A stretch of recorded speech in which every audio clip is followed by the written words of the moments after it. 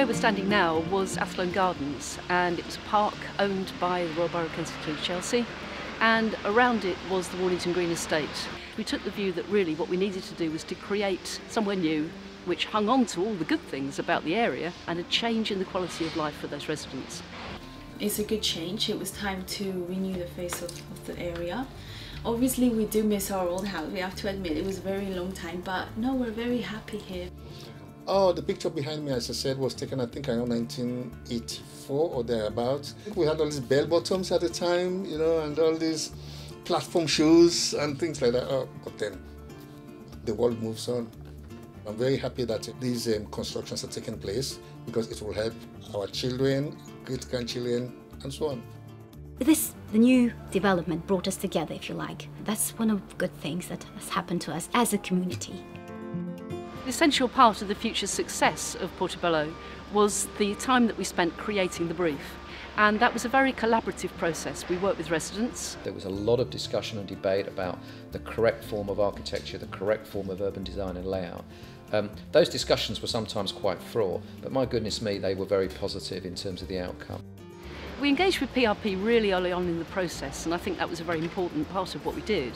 This was all about creating a new urban quarter, making sure that we respected the grain, the historic street pattern, and reintroducing some of those historic references into the design of the master plan. It was clear that in order to make this work financially, the new development was going to have a higher density than the existing accommodation.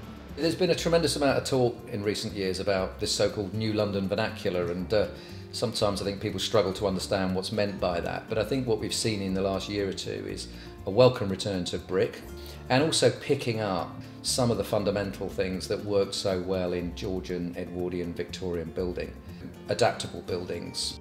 So we have here townhouses, we have mews, we have duplexes on the ground floor for families with apartments above. So it might look like a townhouse, but actually within it you've got all of these different apartments and all these different solutions for individual customers. And the best thing is that all look the same. You don't know who lives in any of them, and that's what I like. It's equal, if you like, for everybody. It's fantastic to see a place that was so separated from its surroundings linked back in so people can walk through it. It's about reintroducing a street pattern which is much more typical of the grain and the nature of London as a city. When you're involved in regeneration projects like these, the quality of how the public realm operates is absolutely essential. It's very nice that they kept most of the trees, and they're also adding new gardens, and the new park's going to be built. So that gives it a very nice atmosphere. It's very nice to walk around, especially in a sunny day. We take a real pride in everything we do as a family-owned business. We have a direct labour force. All of our operatives, all our labourers, all our technicians really understand the importance of the quality that they are delivering to the community that they're serving. It just looks so modern and so up-to-date with everything. Although the diversity has stayed the same, people have stayed the same.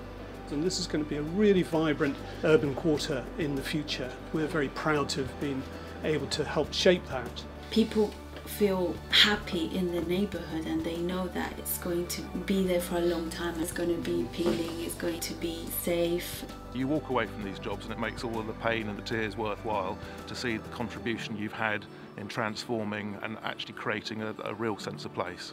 This is 10 years of effort, and I have to say it brought a bit of a tear to my eye seeing it for the first time. This needs to be celebrated throughout London. It has transformed my life, and I think it'd be able to transform anybody's life. When you walk around here today, you know it's a new project, but you kind of think if I come back here in 30 or 40 years' time, you just know it will be successful. I'm saying this on behalf of all the people who've actually moved into these new buildings. They are going to be very grateful for what they've done. They've done extremely well, and I know they're going to do more. Regeneration isn't just about the building. It has to be about that long-term attention to the detail of management, future investment, and that investment in the area. And that's what will turn it from being a really fantastic development into a really fantastic place. I don't think I need to move from here again until when God's time comes, you see. I'm very happy to stay here.